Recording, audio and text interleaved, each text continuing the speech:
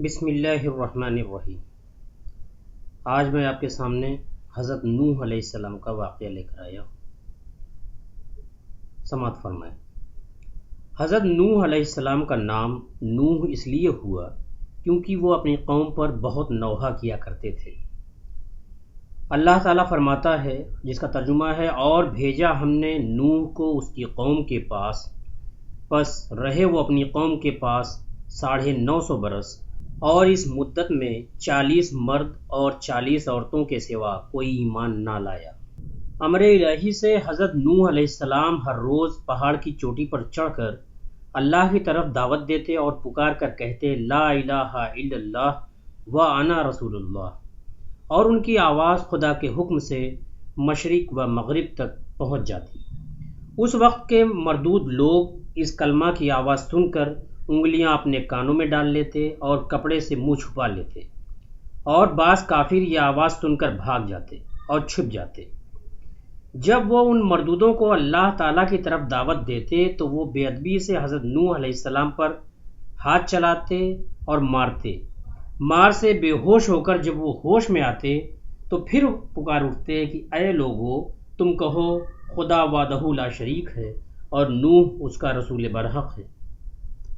ایک روز حضرت نوح علیہ السلام کے گلے میں کافروں نے رسی ڈال کر کھینچا تو اس صدمے سے اور تکلیف سے حضرت نوح علیہ السلام 3 روز تک شدید بے قرار رہے، مگر دعوت دینے میں لگے رہے اور کوئی کوتاہی نہیں کی، اور اللہ کی راہ میں تکلیفیں اٹھاتے رہے، یہاں تک کہ طوفان کی نوبت آ پہنچی۔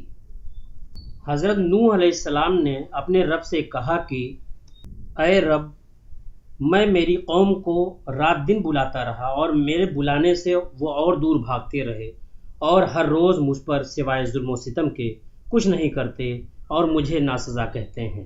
ایک دن حضرت نوح علیہ السلام نے اپنی قوم کو حق کی طرف بلایا تو کافروں نے آپ کو اتنا مارا کہ تمام کپڑے لہو لہان ہو گئے۔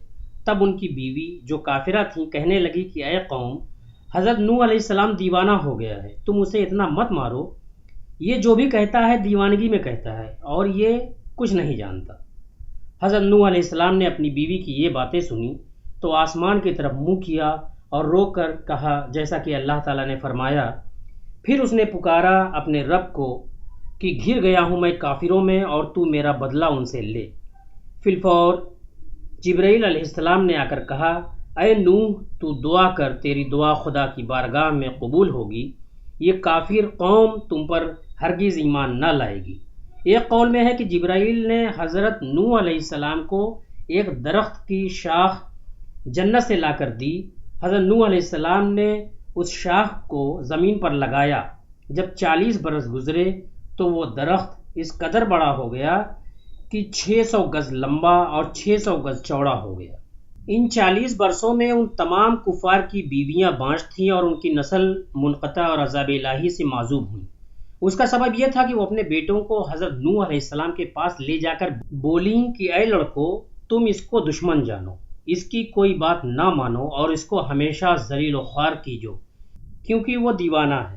حضرت نوح علیہ السلام نے جب یہ سب سنا تو لوگوں سے نا امید ہو کر درگاہ الہی میں گڑ گڑائے، اور جس کا ترجمہ ہے کہ اور نوح نے کہا اے میرے رب، اب نہ چھوڑ زمین پر منکروں کو ایک گھر بھی بسنے والا کہ کافروں کی نسل باقی نہ رہے زمین پر۔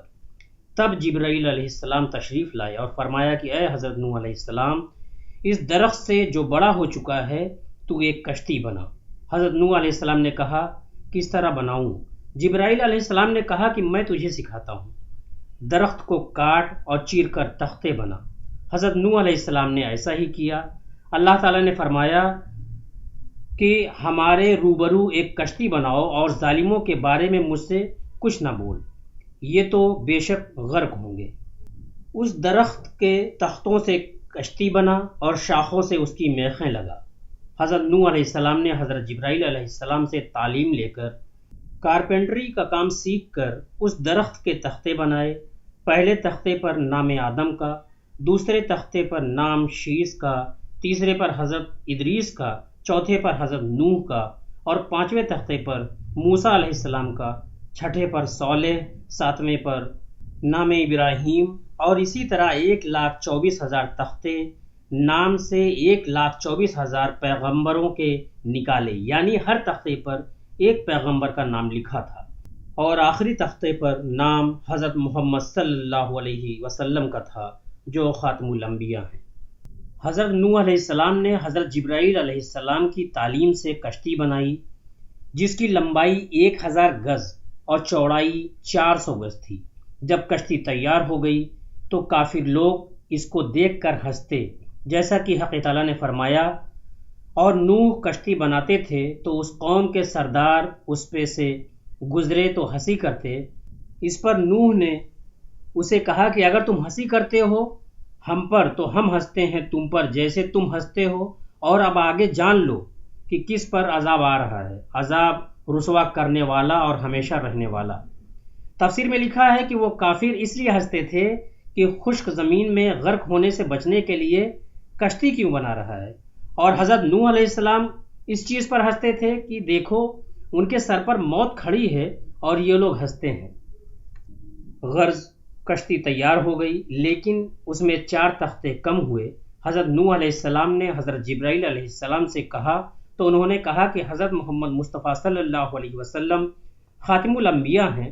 4 تختے ان کے 4 دوست کے نام سے، ان کے نام یہ ہیں: حضرت ابو بکر صدیق، حضرت عمر ابن خطاب، حضرت عثمان اور حضرت علی کرم اللہ وجہہ الکریم کے نام سے لگانے چاہیے، تو پھر تمہاری کشتی اللہ پاک کے حکم سے محفوظ رہے گی اور نجات پائے گی۔ حضرت جبرائیل علیہ السلام نے فرمایا، اے حضرت نوح علیہ السلام، دریائے نیل میں ایک درخت ہے، کسی کو وہاں بھیج کر وہ منگوا کر اس کے 4 تختے بناؤ اور بنا میں 4 یار اس میں لگا دو۔ تب حضرت نوح علیہ السلام نے اپنے بیٹوں سے کہا، مگر وہ نہ مانے اور بولے کہ اوج بن عنق کو بھیج دو، وہ ہم سے زیادہ قوت رکھتا ہے اور راہ سے بھی خوب واقف ہے۔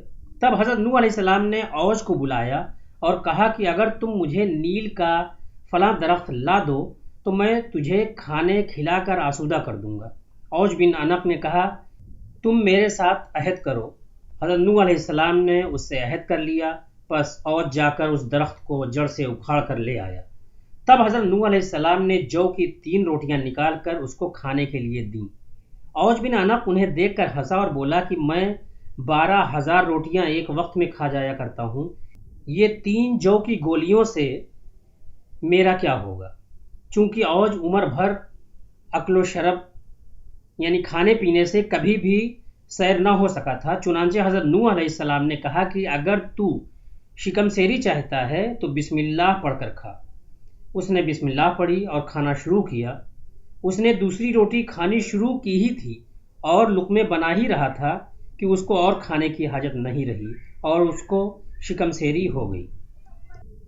بعد میں حضرت نوح علیہ السلام نے 4 تختے نکالے اور 4 یار کے نام سے لگا کر کشتی کو مکمل تیار کر دیا، اور حضرت جبرائیل نے فرمایا، اے نوح، تو بیت المعمور کی زیارت کر لے کہ پھر اللہ پاک اس کو اٹھائے گا۔